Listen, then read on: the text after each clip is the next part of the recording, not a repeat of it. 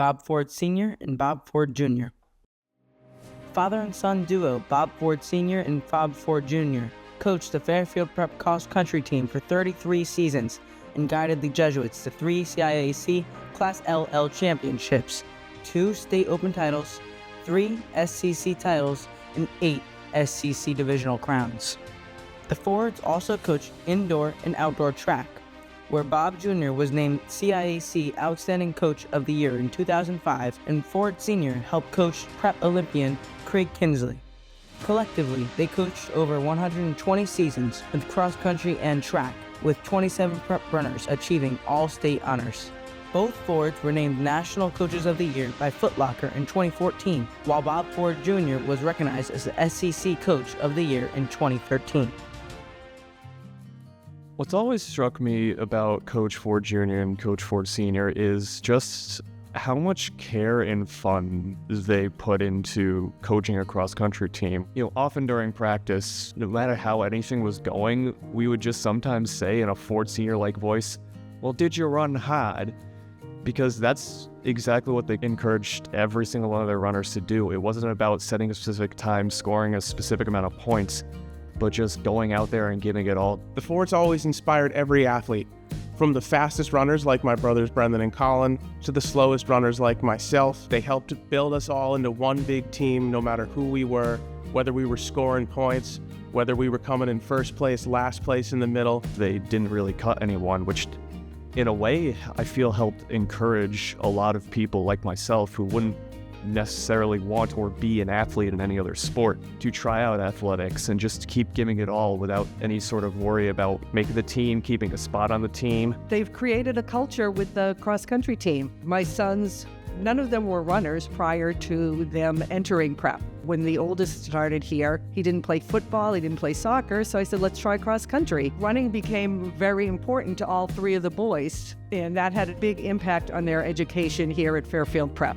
And I feel like through their encouragement, it was able to help me develop myself, not just for myself as a runner, but for them, for my team. I think what both Ford Sr. and Ford Jr. always did a really good job of was emphasizing the importance of the team, kind of the collective strength of all the runners on the team at any particular given time. Obviously it's really apparent when students are there, they're competing. But I think what really sets them apart as coaches is how that never really stops. Obviously people can go and compete, whether it's in, for their respective colleges, universities, whether they're just, running for fun, doing road races, things like that, and still be able to provide guidance here and there, be encouraging. And while not every runner who ran under the Fords would go to run at college or just on their own after their time at prep, there is still a sense of community with every single person who ran under the Fords.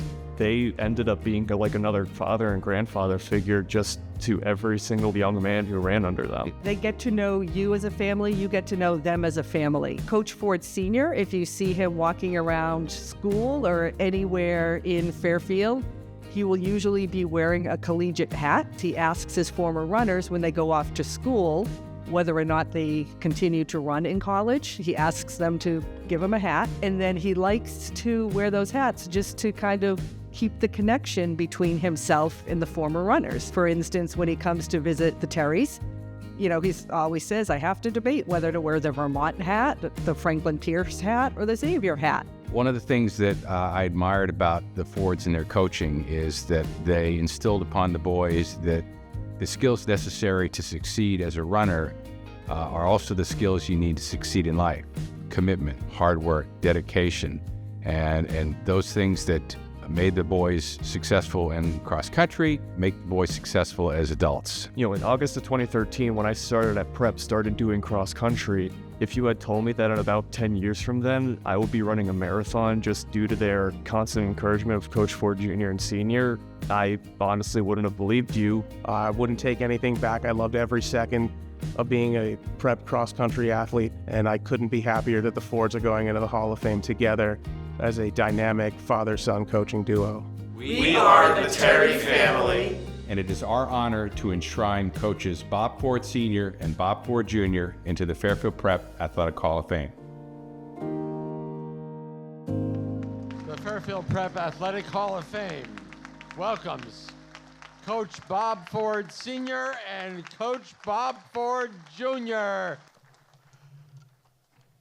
If anybody has trouble separating the two of us, my son's the one with the beard. I retired at the end of 1989. My son was already coaching track. That spring, I got a call from him. He says,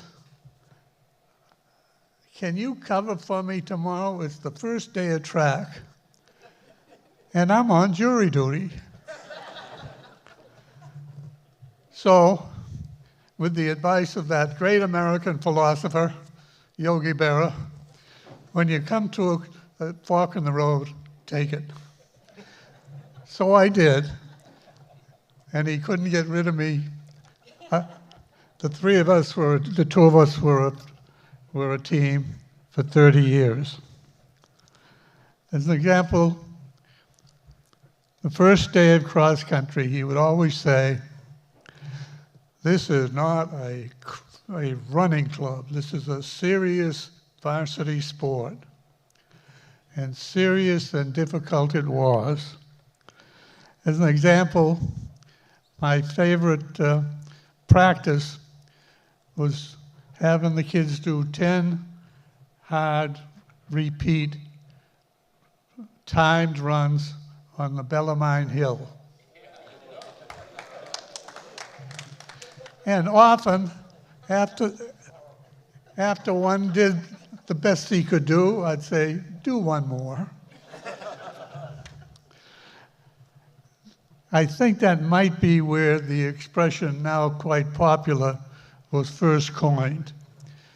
What doesn't kill you makes you better. We didn't lose too many. And even those would show up as ghosts at our cemetery runs. The survivors really bought into the team. And over the years, it was through their efforts that we had 30 years of success. So I really consider this award to have been earned by the runners. And I dedicate my award to the runners and their ever loyal parents, without whom we couldn't have succeeded. I close with a couple of lines from a personal poem written for me on this occasion by former All-State runner Doug Lonzo, an internationally published poet. I see boys who became men, who learned more than how to run, living as men for others. Thank you.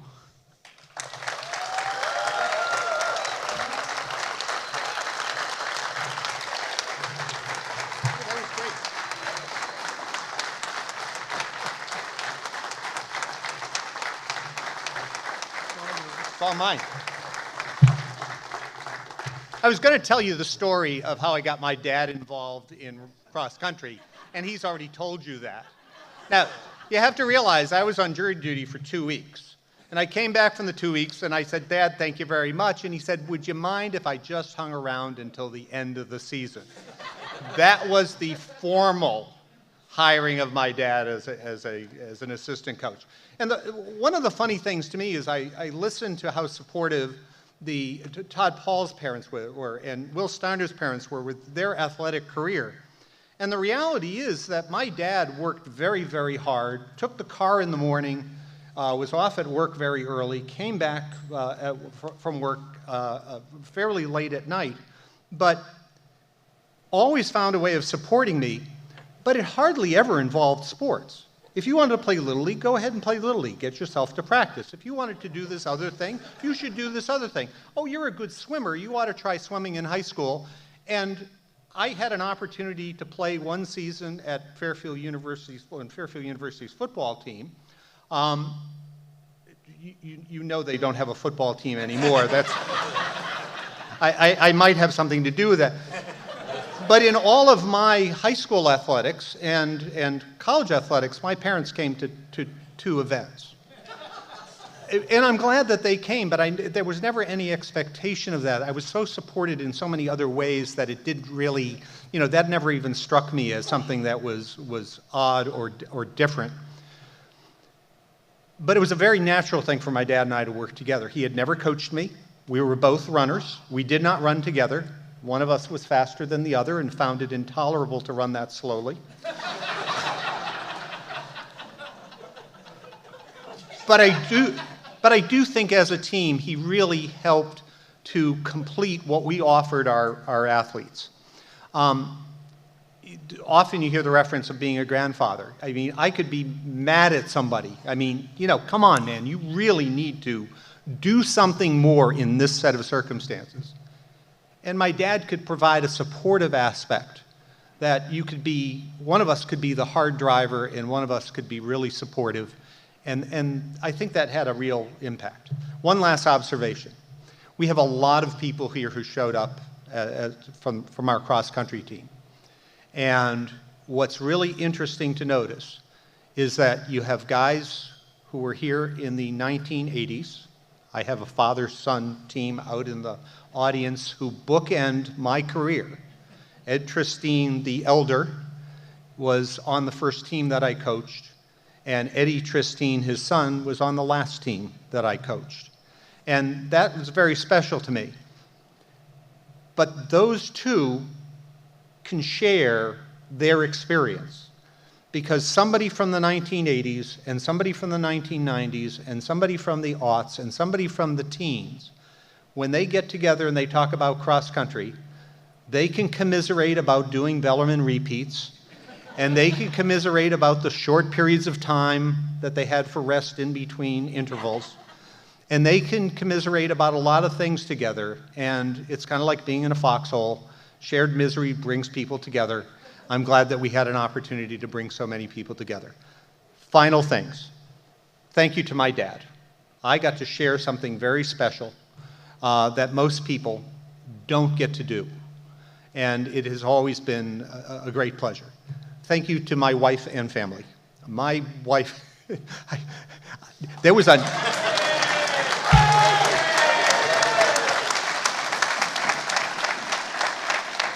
I don't know if Bob Harris remembers how I was hired. There was a note on the faculty bulletin board saying that they were looking for a cross-country coach, and I said something to Bob, and Bob said he'd think about it, and a day or two later he said, yeah, sure. That choice was made quickly on his part and quickly on my part, and I didn't know what I was getting into, and it's one of the best things that I ever did. So thank you very much. We really appreciate this honor. Good.